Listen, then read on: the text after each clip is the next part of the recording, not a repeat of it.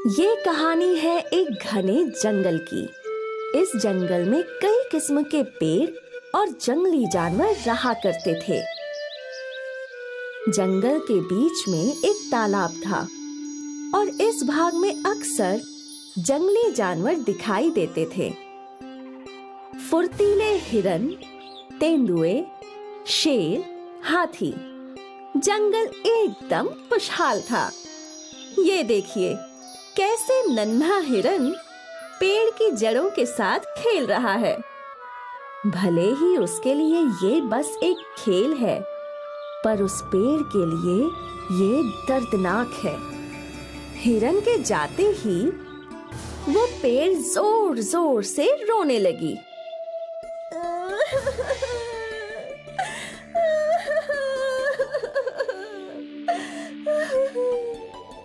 अक्सर पेड़ों को जानवरों से बहुत वेदनाएं मिला करती थीं।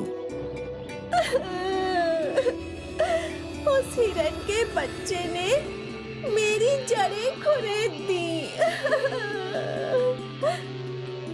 बहन, ये देखो मेरा हाल। पक्षियों ने मुझे कितना गंदा कर दिया है। यहीं बैठते हैं और यहीं पर गंदगी भी करते हैं। हाँ, ये जानवर और पक्षी बहुत गंदे प्राणी होते हैं। मेरा बस चले तो इन्हें मेरी छाया में बैठने ही ना दूं। क्यों ना हम कुछ ऐसा करें जिससे जानवर और पक्षी हम पर बैठे ही नहीं। इन सभी पेड़ों की बातें बूढ़ा बरगद का पेड़ सुन रहा था। मुझे नहीं लगता कि ये सही होगा। हमारा जीवन और पशु पक्षियों का जीवन जुड़ा हुआ है। हम उन्हें अपनी छाया से वंचित नहीं कर सकते हैं। बरगद भाई, आप हम सब में बड़े हैं, पर आप बूढ़े हैं और आपके विचार भी बूढ़े हो चुके हैं। ये पशु पक्षी रोज हमें नुकसान करते हैं और हम चुपचाप सहते रहते हैं। ये कहाँ का न्याय हुआ? ये तो गलत बात है। हमें जानवरों और पशु पक्षियों को सबक सिखाना ही होगा, और इसके लिए मेरे पास एक उपाय है। साल के पेड़ ने अपनी योजना सभी पेड़ों को सुनाई। सबके चेहरों पर मुस्कान आ गई, सिवाय बरगद के पेड़ के। बरगद का पेड़ सहमत नहीं था। मुझे ये सब सही नहीं लग रहा। हमें ये नहीं करना चाहिए। भैया, आप तो रहने ही दीजिए। आपको तो हर चीज में बुराई दिखती है। पर इससे सब कुछ उथल पुथल हो जाएगा। ये गलत है। हम ये करके ही रहेंगे। आपको ये नहीं करना है तो आप ना कीजिए, पर हमारे रास्ते में रोड़ा भी मत बनिए। समझ गए आप? सारे पेड़ों ने बरगद के पेड़ की बात नहीं सुनी और वो अपने फैसले पर डटे रहे। कुछ देर बाद एक तेंदुआ साल के पेड़ के साए में बैठ गया। साल का पेड़ इस ताक में था और फिर अचानक साल का पेड़ जोर जोर से हिलने लगा। उसके पत्ते गिरने लगे और एक टहनी टूटकर तेंदुए के सिर पर गिरी और वो डर के मारे भाग गया। देखा मेरा कमाल? मजा आ गया। ये तो बहुत बढ़िया था। अब से हम ऐसा ही करेंगे। क्या इससे पक्षी भी भागेंगे? जब इतना बड़ा तेंदुआ डर से कांप सकता है, तो पक्षी तो बहुत छोटी चीज है मेरे भाई। हाँ, बिल्कुल सही। कुछ देर बाद संतरे के पेड़ पर कुछ पक्षी आकर बैठे। साल भैया, मुझे देखो। संतरे के पेड़ ने भी वही किया। वो जोर जोर से हिलने लगी। उसने अपनी टहनियां हिलाई और सारे पक्षी फुर से उड़ गए। वाह वाह, ये तो बहुत बढ़िया है। देखो सब कैसे भाग गए। बहुत अच्छे। ये सब गलत है, ऐसा मत करो। हम तो ऐसा ही करेंगे। आपको पशु पक्षियों को सहारा देना है तो आप दीजिए। एक बार फिर पेड़ों ने बरगद के पेड़ की बात नहीं सुनी। अगली बारी आम के पेड़ की थी। आम के पेड़ पर बंदर आया। आम ने अपनी टहनी से बंदर की पिटाई की। बेचारा बंदर डर के मारे भाग गया। आज पहली बार मुझे खुशी मिल रही है। ये बंदर मेरे आम पकने से पहले ही तोड़कर खाने लगते थे। आज इसे सबक सिखाकर मजा आ गया। तो तय रहा, आज से हम किसी भी पशु पक्षी को हमारी छाया में बैठने नहीं देंगे और ना ही उन्हें हमें नुकसान पहुंचाने देंगे। बिल्कुल सही। लेकिन अगर तुम लोग पशु पक्षियों को सहारा नहीं दोगे तो वो कहाँ जाएंगे?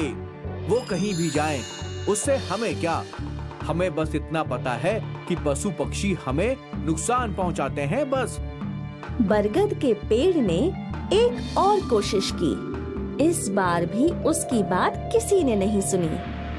उस दिन से वो तीनों पेड़ पशु और पक्षियों को डराकर भगाने लगे।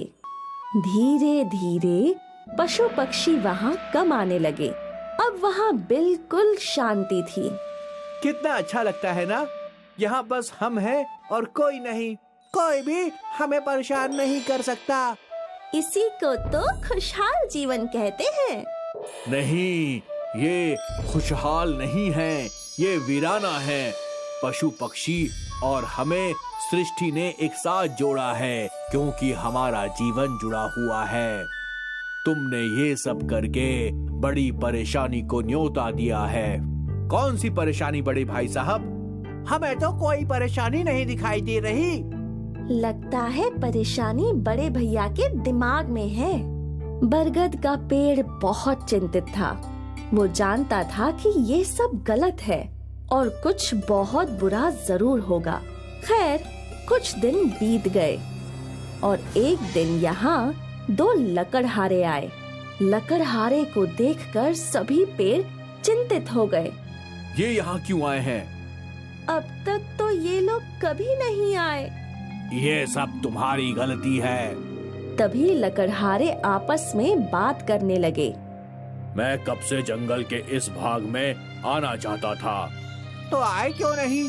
क्योंकि अक्सर यहाँ जंगली जानवर आराम करते रहते थे। ये यहाँ तेंदुए, जंगली बंदर, जंगली हिरन, भालू और भी कई जंगली जानवर आश्रय लेते थे। तो अब वो सब कहाँ है? क्या पता, कुछ हफ्तों से मुझे कोई भी जंगली जानवर दिखाई ही नहीं दिया। अच्छा है ना? बहुत अच्छा है। यहाँ के मोटे मोटे पेड़ देख, इन्हें काट कर बेचूंगा तो कितना मुनाफा होगा।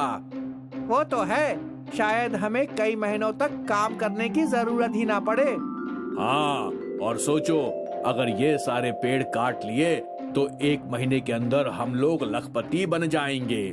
ये तो बहुत अच्छी बात है भाई। फिर देर किस बात की, कटाई शुरू करते हैं। लकड़हारों की बात सुनकर सारे पेड़ डर गए और रोने लगे। आप सही कह रहे थे, ये सब हमारी गलती की वजह से हुआ। अगर वो जंगली जानवर यहाँ होते तो ये लकड़हारे यहाँ नहीं आते। हमसे बहुत बड़ी गलती हो गई और इसकी सजा हमें जरूर मिलेगी। लकड़हारे साल के पेड़ को काटने के लिए अपनी कुल्हाड़ी को धार लगाने लगे। ये देखकर साल का पेड़ घबरा गया। भले ही तुमसे गलती हुई है, पर मैं तुम्हें कुछ नहीं होने दूंगा। पर कैसे? जो करिश्मा तुमने दिखाया वही मैं दिखाऊंगा। इतना बोलकर बरगद का पेड़ जोर जोर से हिलने लगा। उसके पत्ते हवा के साथ उड़ने लगे और उसकी शाखाएं यहाँ वहाँ घूमने लगी। बरगद ने अपनी शाखाओं से लकड़हारों पर हमला कर दिया। बरगद अपनी शाखाओं से लकड़हारों को पीटने लगा। ये सब क्या हो रहा है? हे भगवान! लगता है इस पेड़ में कोई भूत है। बचाओ, अपनी जान बचाओ। भूत भूत भूत! अरे भूत भूत भूत! लकड़हारे भूत भूत चिल्लाते हुए गांव की ओर भाग गए। यहाँ साल का पेड़ बहुत शर्मिंदा था। हमने आपको इतना बुरा भला बोला, फिर भी आपने हमारी जान बचाई। हमें माफ कर दीजिए। हम अपनी गलतियों के लिए शर्मिंदा हैं भाई साहब।